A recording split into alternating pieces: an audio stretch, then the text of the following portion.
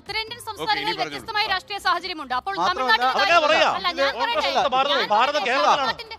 ഇതിൽ ഹാഷ്മിയോടുള്ള ഒരു വിയോജിപ്പ് എന്താണെന്ന് വെച്ചാൽ, ഈ കോൺഗ്രസ് മുക്ത ഭാരതം കേരളത്തിൽ വർക്കൗട്ട് ചെയ്യുമെന്നല്ല, കേരളത്തിലെ BJP പ്രവർത്തകരും പിണറായി വിജയന്റെ ഭരണം അവസാനിക്കണമെന്ന് ആഗ്രഹിക്കുന്നുണ്ട്, കോൺഗ്രസ്സുകാരും ആഗ്രഹിക്കുന്നുണ്ട്. ആ നിലയിൽ ഒരുപക്ഷെ കോൺഗ്രസിന്റെ പ്രവർത്തകർ അടിത്തട്ടിൽ ഒരുപക്ഷെ ദുർബലരായ കോൺഗ്രസ് സ്ഥാനാർത്ഥികൾ, UDF സ്ഥാനാർത്ഥികൾ ഉണ്ടെങ്കിൽ അത് BJPക്ക് പോവുകയോ അല്ലെങ്കിൽ ദുർബലരായ സ്ഥാനാർത്ഥികൾ ഉണ്ടെങ്കിൽ കോൺഗ്രസിന് പോവുകയോ ചെയ്യാനുള്ള സാധ്യതയാണ്. അവരൊരിക്കലും ഈ ഗ്രൗണ്ട് ലെവലിൽ ഇത് ആരാണ് വോട്ട് ചെയ്യേണ്ടത്? AKG സെന്ററിൽ നിന്ന് ഒരു പെട്ടിയെടുത്ത് നമുക്കൊരു ബൂത്തിൽ അവിടെ കൊണ്ടുവന്ന് വെക്കാൻ പറ്റില്ലല്ലോ. അത് വോട്ട് ചെയ്യേണ്ടത് ആരാണ്? സാധാരണ പ്രവർത്തകരാണ്. ഏതെങ്കിലും ഒരു സാധാരണ പ്രവർത്തകന്റെ മുഖത്ത് നോക്കിയിട്ട് അവിടുത്തെ ഒരു നേതാവിന് പറയാൻ പറ്റുമോ നിങ്ങൾ ഈ ഇങ്ങനെ BJPക്ക് വോട്ട് ചെയ്തോളൂ എന്ന്? അത് കേരളത്തെ സംബന്ധിച്ച് ഞാൻ പറഞ്ഞൊരു ഫാക്ച്വൽ കാര്യമാണ്.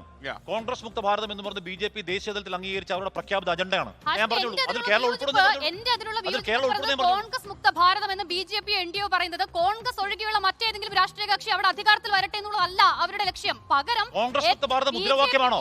കോൺഗ്രസ് അതാണ് ഞാൻ പറഞ്ഞത്. ഫേക്ക് നറേറ്റീവ് ആണ്.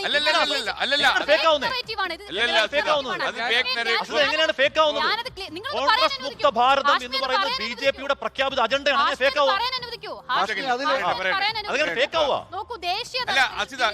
കാര്യങ്ങൾ വ്യക്തമായി മുന്നോട്ട് പോകാം. എന്താണ് അങ്ങയുടെ ദൃഷ്ടിയിൽ ഫേക്ക് നറേറ്റീവ്?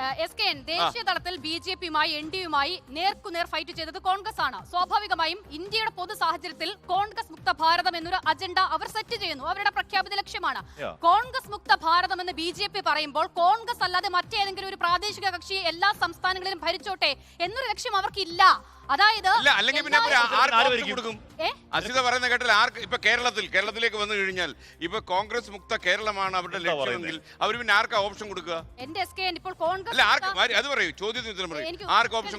ചോദ്യം അതല്ല. കേരളത്തിൽ കോൺഗ്രസിനെ അധികാരത്തിലേറ്റാൻ NDA മുന്നണിക്ക് താല്പര്യമില്ല. BJPയുടെ സെറ്റ് അജണ്ടയാണ്. അല്ല അങ്ങനെ ഉണ്ട്.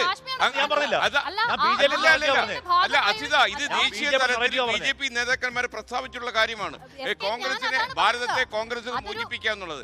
ഞാൻ പറയുന്നത് അസിത പറഞ്ഞു വരുന്നത് കേട്ടാൽ ഇപ്പൊ BJPക്ക് ഇവിടെ വിജയ സാധ്യതയില്ല, പകൽ പോലെ വ്യക്തമാണ്. അങ്ങനെയാണെങ്കിൽ കോൺഗ്രസിനെ കൊണ്ടുവരാൻ അവർക്ക് താല്പര്യമില്ല.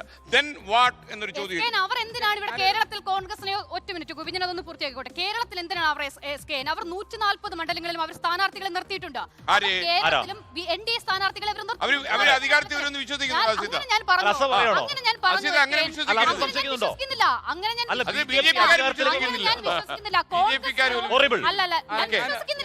കേരളത്തിൽ BJP അധികാരത്തിലേക്ക് വരാൻ